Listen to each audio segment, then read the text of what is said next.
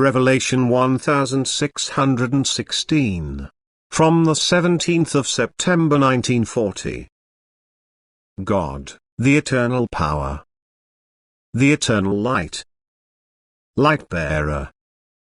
The center of all light and all radiation of power is God, the eternal power, the eternal light. From him all rays go into the universe, and to him everything that has gone out flows back again.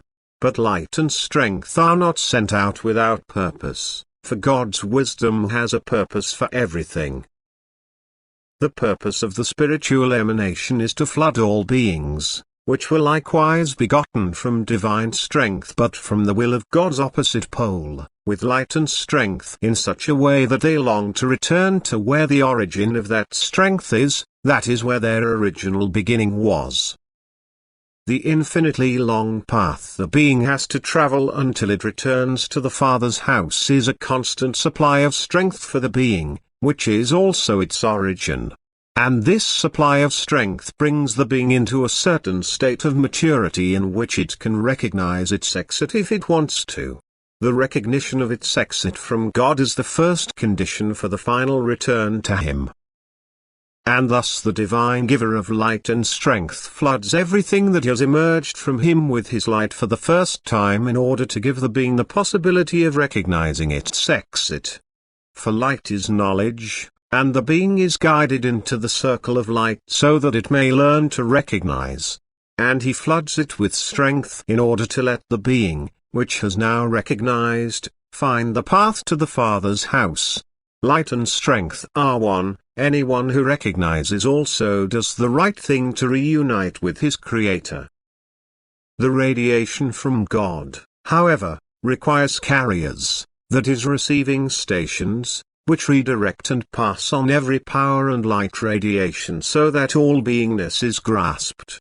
Such bearers of light and wisdom are therefore, as it were, the executors of a process which absolutely has to take place if the beingness is to take the right path out of God. The path to God.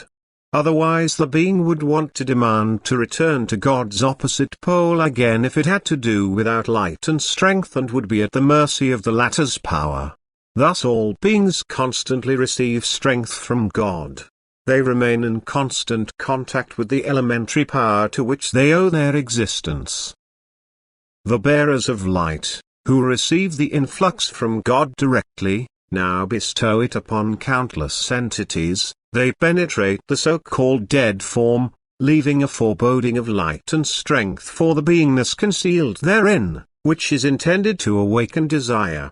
They flow through countless small and smallest living beings with this strength and awaken the desire for light in them. They bring strength and light to the human being who is already conscious of his purpose in order to let the last realization mature in him and to awaken and constantly increase the desire for unification with the elementary strength. Thus everything that exists is in perpetual connection with God as the giver of strength, without which nothing could exist. And therefore no being will ever be able to completely disappear, but neither will it be able to dissolve into nothingness, for the divine strength will never be switched off and thus nothing will be able to evaporate what once exists. Only in the state of free will can the being reject the influx of strength and light which, however, does not result in it remaining without a supply of strength. The strength which serves its preservation is constantly supplied to it, yet it will lack the strength to approach God as long as it consciously rejects it. The emanation of strength is an incessant process which finds its reason in God Himself. God is eternal, without beginning and without end, therefore strength must also be without beginning and without end. And since it is unlimited it can also be received without limit by the beings which consciously desire it. This reception is inconceivably blissful for the being, for what is of God must also trigger blissful feelings which are only withheld from the being as long as it does not consciously desire divine emanation.